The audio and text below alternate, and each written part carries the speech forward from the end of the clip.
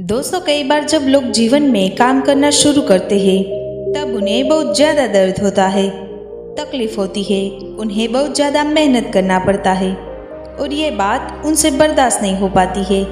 उनका शरीर जवाब दे देता है और वो उस काम को छोड़कर किसी और तरकीब से सफल होने का प्रयास करते हैं। सफलता का मार्ग मेहनत, दर्द और तकलीफ से होकर ही गुजरेगा और यह आपको सहना ही पड़ेगा। तो इसके लिए आप हमेशा तैयार रहिए। आइए इस बात को एक कहानी से समझते हैं। एक बार एक मूर्तिकार अपनी छीनी और हथौड़ी से एक पत्थर को भगवान की मूर्ति का आकार देने का प्रयास कर रहा था। जैसे ही वह छीनी पर अपना हथौड़ा चलाता, वह पत्थर चिल्लाने लगता और कहने लगता कि ये क्या कर रहे हो, मुझे इतना मार क्यों रहे हो, मुझे बहुत दुख हो रहा है, तकलीफ हो रही है, मुझे अपने हाल पर छोड़ दो और यहाँ से चले जाओ। मूर्तिकार ने उस पत्थर से कहा, मुझे बहुत अच्छे से पता है कि तुम्हें बहुत ज़्यादा दर्द हो रहा है, तकलीफ हो रही है और तुम बहुत ही ज़्यादा पीड़ा में हो। लेकिन यदि आज तुमने इस दर्द को नहीं सहा, इस तकलीफ को नहीं सहा, तो जीवन भर तुम इसी प्रकार से पड़े रहोगे। मुझे पता है कि तुम में आगे बढ़ने की अपार संभावना है।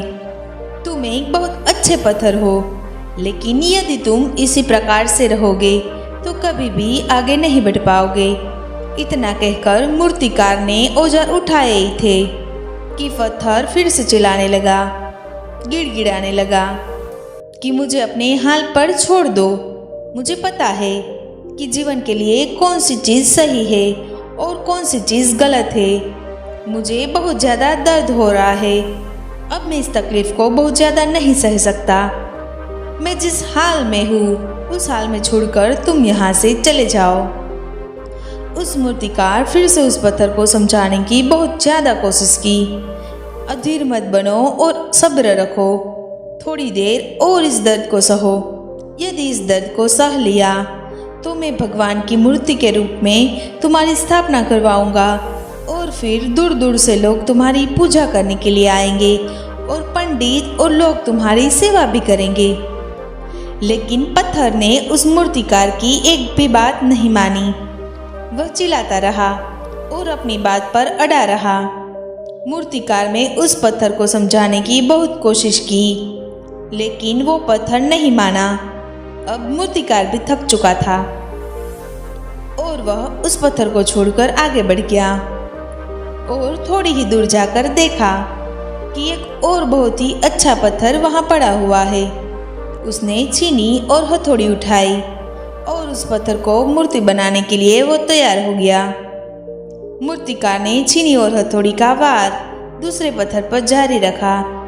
दूसरे पत्थर को भी दर्द हुआ, तकलीफ भी हुई, लेकिन उस पत्थर ने ये सब बर्दाश्त कर लिया और देखते ही देखते थोड़ी समय के बाद उस पत्थर ने भगवान की मूर्ति का रूप धारण कर लिया।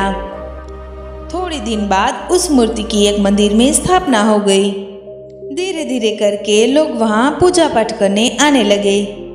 लोगों की मन्नतें वहां से पूरी होने लगी और वह मंदिर बहुत ही ज्यादा प्रसिद्ध हो गया।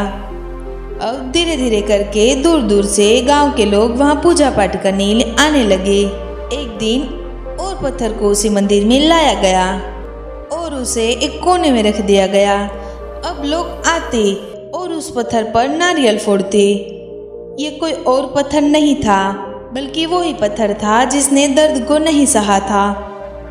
अब वो पत्थर मन ही मन बहुत ज्यादा पछता रहा था, दुखी हो रहा था और अपने आप से कह रहा था कि काश मैंने उस दिन उस दर्द को, उस तकलीफ को सह लिया होता तो आज लोग मेरी भी पूजा करते।